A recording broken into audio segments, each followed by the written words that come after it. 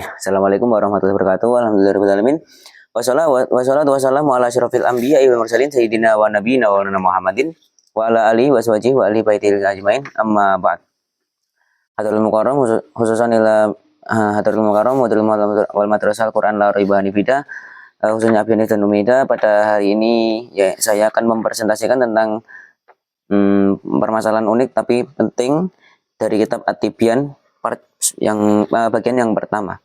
Karena ini berdasarkan kitabnya ini sangat banyak materinya, jadi saya ringkas dan saya bagi menjadi 4 part. Jadi insya Allah ada 3 video menyusul terkait tentang permasalahan unik tapi yang penting. Jadi ini peta imajinasinya akan saya presentasikan, yaitu yang pertama, masalah unik yang pertama yaitu jika sedang qiraah tiba-tiba ingin buang angin, maka ada baiknya dia itu menghentikan bacaannya hingga ia selesai buang angin, kemudian melanjutkan bacaannya. Cuman kalau posisinya membaca Al-Qur'an dengan memegang mushaf seperti itu, nah itu ada baiknya ya wudhu pastinya. Jadi yang dimaksud ini dalam rangka memuliakan kitab Allah, karena kalau kita membaca Al-Qur'an terus tiba-tiba kentut, kalau bisa itu kalau mau kentut berhenti, mau buang angin itu berhenti, habis kalau buang anginnya udah selesai lanjutin. Terus yang berikutnya yaitu jika menguap, hendaknya ia menghentikan qiraahnya hingga selesai menguap lalu meneruskan kembali bacaannya. Ini ketika kita mau menguap karena mungkin mengantuk, nah itu ada baiknya kita itu menghentikan bacaan lalu meneruskan kembali bacaan ketika kita sudah selesai menguap, karena kita memuliakan bacaan Al-Quran itu. Terus berikutnya yaitu jika membaca firman Allah seperti At-Taubah ayat 30 yang berbunyi A'udzubillahi minasyaitonirrajim. Wa qalatil yahudu Uzairu ibnullah wa qalatin nasara al-masih ibnullah. At-Taubah ayat 30 yang artinya orang-orang Yahudi berkata Uzair putra Allah, dan orang-orang Nasrani berkata Al-Masih putra Allah. Terus yang berikutnya, firman yang berikutnya yaitu Al-Maidah ayat 64 yang berbunyi wa qalatil yahudu yadullahi maghlulah. Orang-orang Yahudi berkata tangan Allah terbelenggu. Terus yang berikutnya yaitu Al-Anbiya ayat 26 yang berbunyi Bismillahirrahmanirrahim. Wa qalu tahadarur rahmanu walada, yang artinya dan mereka berkata Allah yang Maha Pengasih telah menjadikan malaikat sebagai anak. Serta ayat-ayat senada, mungkin ayat-ayat yang senada ini yang dimaksud ayat-ayat yang kayak ada sindiran-sindiran karena orang berkata, atau mungkin hanya sekedar kiasan, atau ya ini kayaknya lebih ke kayak mengatakan bahwa ini adalah sindiran yang ditujukan kepada Allah lah, kalau kita bilang seperti itu. Nah itu hendaknya merendahkan suara karena ditakutkan nanti dengan adanya ayat tersebut seakan-akan Allah itu menghina dirinya sendiri hanya karena dianya ini berfirman demikian, seperti itu. Jadi ini dalam rangka mengurangi adanya resiko fitnah hanya karena bacaan Al-Quran. Ya ini yang kayak ini tadi yang bunyinya seakan-akan itu menyindir Tuhan kita sendiri. Terus yang berikutnya yaitu jika seseorang membaca surat Al-Ahzab ayat 56 yang bunyinya Innallaha wa malaikatahu yusholluna 'alan nabi ya ayyuhalladzina amanu shallu 'alaihi wa sallimu Ya ayyuhalladzina amanu shallu wa sallimu taslima. Haruskah ia bersalawat untuk Nabi? Ini yang ada orang yang bertanya kepada Sya'bi. Kepada Sya'bi ini yang berdasarkan kitabnya bilangnya itu Sya'bi. Nah, itu haruskah ia bersalawat untuk Nabi? Ia menjawab, ya. Kenapa kok harus bersolawat? Karena ayat yang ini lebih sering memuliakan kayak Allah sendiri itu seperti seakan-akan itu mengatakan kayak memuliakan Nabi itu sendiri. Jadi kita ya juga harus bersolawat kepada Nabi itu sendiri, seperti itu. Dan ayat ini juga sering kita dengar saat pembukaan sholat atau kurang lebihnya pada waktu sholawat.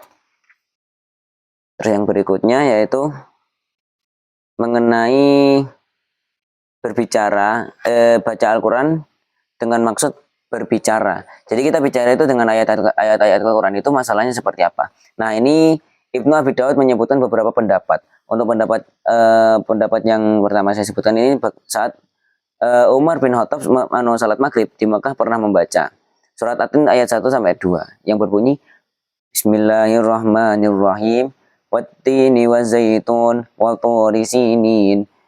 Kemudian beliau mengeraskan suaranya dan membaca ayat berikutnya yaitu ayat 3 yang berbunyi wa hadzal baladil amin. Jadi ketika ayat 1 dan 2 yang berbunyi watini wazaitun dan waturi sinina itu suaranya biasa, dan ketika ayat berikutnya dibunyikan itu dikeraskan oleh sahabat Umar. Nah kalau yang ini saya kurang paham berdasarkan kitabnya, tapi insya Allah ini yang dimaksud itu kayak seakan-akan mengatakan bahwa wahadal baladil amin kan yang artinya dan demi negeri Mekah yang aman ini. Jadi yang dimaksud itu kayak menghormati kayak kita itu berbicara seakan kita itu membaca ayat Quran seakan-akan berbicara bahwa negeri Mekah ini sangatlah aman demi negeri Mekah yang aman seperti itu. Berdasarkan artinya seperti itu. Terus yang berikutnya masih ke poin yang tadi melafalkan ayat Al-Quran dengan maksud berbicara. Kita ambil satu lagi. Jika seseorang meminta izin masuk kepada orang yang katakanlah masuk ke rumah katakanlah meminta izin masuk kepada orang yang sedang salat. Jadi posisinya orang penghuni rumah itu sedang salat, itu tiba-tiba ada orang masuk permisi tapi nggak tahu kalau sedang salat. Nah ini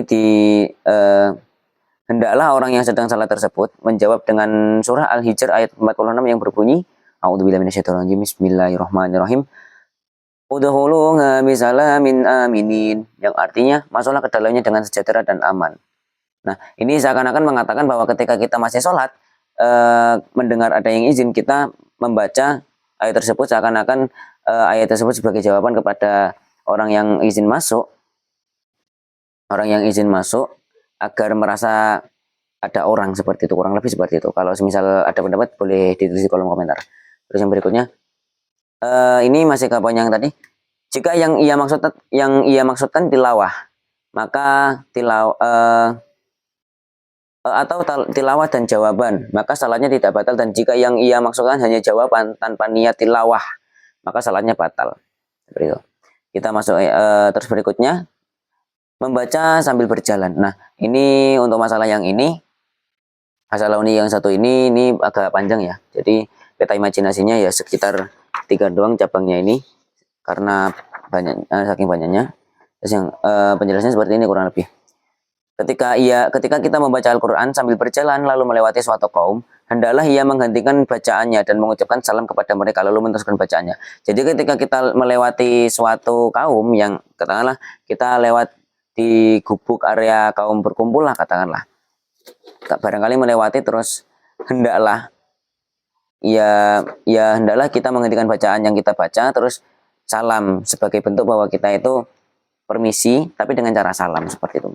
Karena baru datang kan kalau permisi lebih ke kayak mau lewat, tapi kalau salam kan lebih ke kita itu mau datang seperti itu.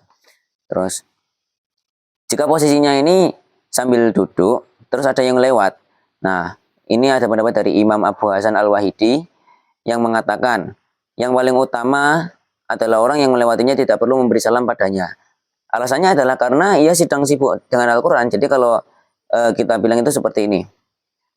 Orang yang melewati tahu ada orang yang baca Al-Quran. Nah, ini lebih untuk yang sejauh ini lebih baik tidak perlu memberi salam karena takutnya mengganggu orang yang membaca Al-Quran tersebut. Seperti itu. Terus jika ia memberi salam kepada orang yang membaca Al-Quran maka cukup baginya menjawab dengan isyarat. Jadi orang yang membaca Al-Quran itu jika tiba-tiba ada orang yang memberi salam, orang yang membaca Al-Quran itu mendengar ada orang yang memberi salam kepada orang yang membaca Al-Quran tadi, nah itu cukup dijawab dengan isyarat. Kalau berdasarkan kitabnya seperti itu. Tapi jika yang ingin menjawabnya dengan ucapan, ia bisa menjawabnya. Kemudian memulai lagi dengan tahu dan melanjutkan bacaannya. Namun perkataan ini bisa dibilang lemah ya. Tapi yang benar ya menjawabnya dengan ucapan. Seperti itu. Terus kita masuk ke cabang yang berikutnya yaitu tentang menghormati orang yang mempunyai kalau kita bilang itu pengaruh lah. Pengaruhnya bukan karena pengaruh dia itu jelek, bukan, tapi kayak dia itu punya keutamaan, kelebihan seperti itu. Dalam bidang keilmuan, kesolihan, kemuliaan, usia dan penjagaan, kekuasaan, keturunan atau lainnya. Contohnya kayak keturunan Nabi, mungkin keturunan Habib-Habib. Nah, itu boleh berdiri menyebutnya sebagai bentuk penghormatan. Maksudnya kayak berdiri menghormati kedatangan beliau, terus ini. Nah, bahkan ini sebuah anjuran, yang penting itu bukan karena riya ataupun pengkultusan ya. Jadi ini memang sebuah anjuran dalam rangka menghormati, bukan karena sebagai bentuk bahwa orangnya itu kayak memang pantas-pantasnya pantas, bukan, tapi karena menghormati seperti itu. Terus hal penting tentang qiraah ya. Untuk hal penting tentang terkait qiraah ini saya akan jelaskan. Jadi qiraah pada salat mafruḍah maksudnya adalah salat wajib, itu hukumnya wajib berdasarkan ijma ulama. Terus Imam Malik, Imam Syafi'i dan Imam Ahmad dan jumhur ulama mengatakan membaca surah Al-Fatihah merupakan ketentuan pada setiap rakaat. Kalau ini sudah jangan perlu ditanya ya, jangan perlu dijelaskan, mungkin para penonton sekalian sudah paham. Kenapa kok kita itu ketika kita sholat yang pasti dibaca setiap rakaatnya itu Al-Fatihah. Terus masih ke masalah ketentuan-ketentuan penting terkait qiraah, yaitu Imam Syafi'i memiliki dua pendapat untuk ini. Jadi pendapat yang pertama yaitu qaul qadim, qaul yang sudah dahulu, itu tidak dianjurkan membaca Al-Fatihah pada rakaat ketiga dan keempat. Jadi kan kalau pada rakaat ketiga dan keempat kayak sholat asar, sholat duhur, nah itu kan biasanya membaca Al-Fatihah sama sholat isya ya. Nah kalau yang qaul qadim ini tidak dianjurkan. Jadi kalaupun membaca ataupun tidak membaca juga boleh.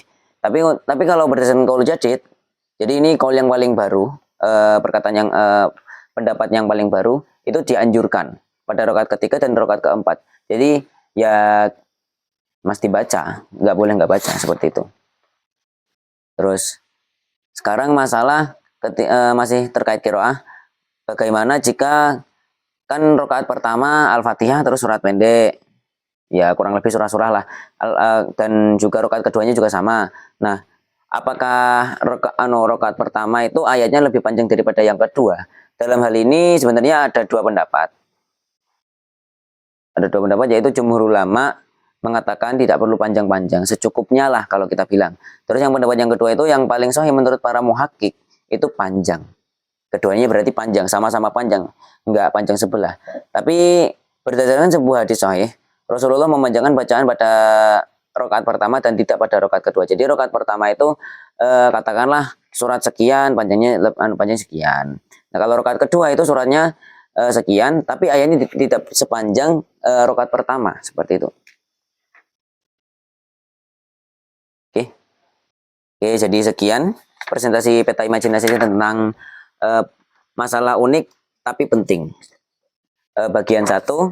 Jadi kurang lebihnya mohon maaf. Assalamualaikum warahmatullahi wabarakatuh.